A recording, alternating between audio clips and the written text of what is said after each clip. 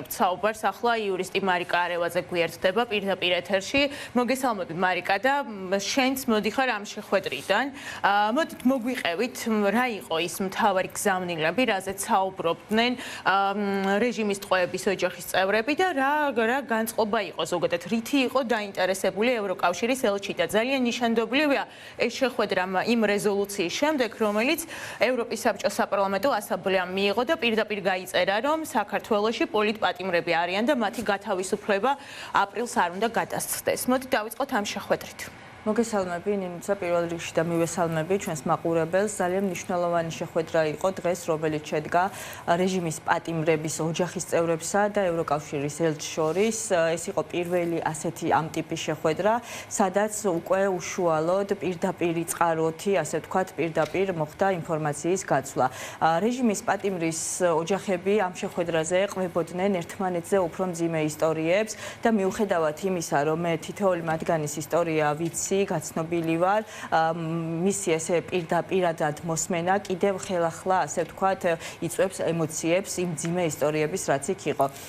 პირველი უნდა აღინიშნოს ის, რომ რეჟიმის პატიმრების ოჯახის წევრები იყვნენ საკმაოდ, ასე ვთქვათ, მკაცრი მოთხოვნებში და ერთსულოვნები იმ მოთხოვნებში, რომელიც მათი აზრით გაიყვანს ამ ქვეყანას სამშვიდობოს და ეს არის ერთი პირველი ახალი არჩევნები და რაც მთავარია პატიმრების განთავისუფლება, იმიტომ რომ ეს ადამიანები არიან უკანონოდ დაკავებულები. ყველა მათგანის ისტორიაში ერთი და იგივე, ასე ვთქვათ, მახასიათებლებია. არ არის არანაირი მტკიცებულება, არ არის არანაირი რეალური ბრალი და თითოეული მათგანის დაკავება განხორციელდა მხოლოდ და მხოლოდ იმიტომ, რომ თავისუფალ დემონსტრანტებზე, თავისუფალ მოქალაქეებზე განხორციელდეს ეწოლა და რეჟიმი ანახებს, ასე ვთქვათ, დანარჩენ დემონსტრანტებს, რომ აი იგივე ბედი გელი შენ დაისჯები მკაცრად, დაისჯები როგორც ავტორიტარულ სახელმწიფოებში ისჯებიან უკანონოდ, ასე ვთქვათ, და შერჩევითი სამართლის ფარგლებში, მაგრამ ჩვენ ყველა ვხედავთ, რომ ადამიანებს ეს კი არ აშინებს, პირიქით აბრაზებს, ჩვენ ყველა ვხედავთ, რომ ამ დაკავებების შემდგომ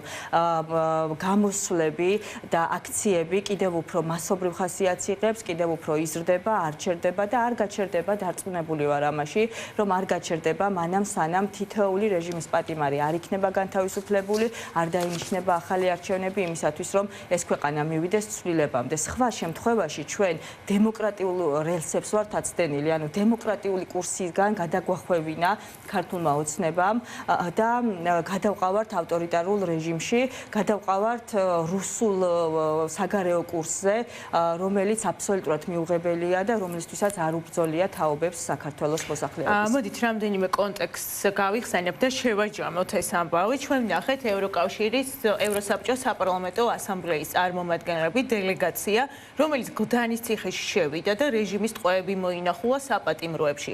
შემდეგ ვნახეთ უმკაცრესი რეზოლუცია, რომელშიც პირდაპირ გაიწერა მოთხოვნა ტყვეების გათავისუფლების შესახებ, პოლიტპატიმრების გათავისუფლების შესახებ და დღეს უკვე ევროკავშირის ელჩთან შეხვედრა.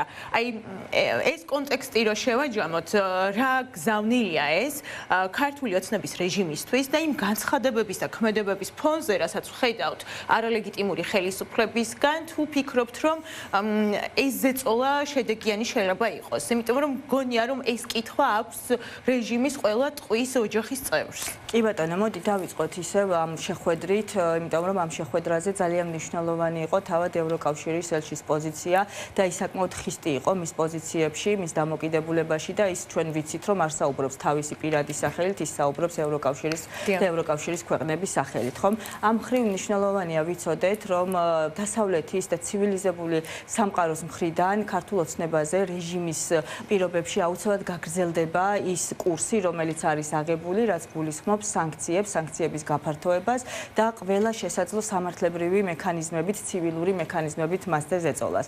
რაც შეეხება რეზოლუციას, რა თქმა უნდა, ძალიან მნიშვნელოვანი რეზოლუცია იქნა მიღებული. ეს იყო არასამთავრობო ორგანიზაციების, ანუ არასამთავრობო სექტორისა და ოპოზიციური პოლიტიკური პარტიების მნიშვნელოვანი გამარჯვება, იმიტომ რომ პირველად მოხდა რეზოლუციაში, მათ შორის ახალი საპარლამენტო არჩევნების ჩაწერა და ისევე როგორც პოლიტპატიმრების აღნიშვნა, ხო, აღნიშნა. ეს იმას მიანიშნებს და იმაზე მიგვანიშნებს, რომ გაგრძელდება ბრძოლა საქართველოსთვის დღეს ქართველი ხალხისთვის, ქართველი ხალხის ნების შესაბამისად.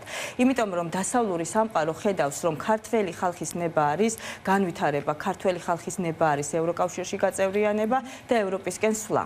კი ბატონო და მოდით ჩვენ კი ვსაუბრობდით იმ საქმეებზე, რომელიც ახლა საქალაქო სასამართლოში მიმდინარე საქმეებია, პოლიტპატიმრების. თუმცა თქვენ ყოველდღიურად მე როგორც თვალს ვადევნებ, ეცნობით ყველა იმ მტკიცებულებას, რომელიც დევს პოლიტპატიმრების საქმეებში, ხო? გური მირცხულავაც და საბას ხვიტარიძის ადვოკატები იყვნენ ახლა აქ და საუბრობდნენ იდენტურ მახასიათებელზე ამ პროცესების. სრულიად განსხვავებული 53 ადამიანის საქმე იდენტურია, იმიტომ რომ არც მტკიცებულებების ნაწილში მოსამართლე არ ითვალისწინებს არაფერს არჩევა მდგომლობების ნაწილში და საბოლოო ჯამში ჩნდება განცდა, რომ წინასწარ დაწერილი გადაწყვეტილებების გამოცხადების ფუნქცია აქვს შეთავსებული მხოლოდ საქალაქო სასამართლოში ყველა მოსამართლეს.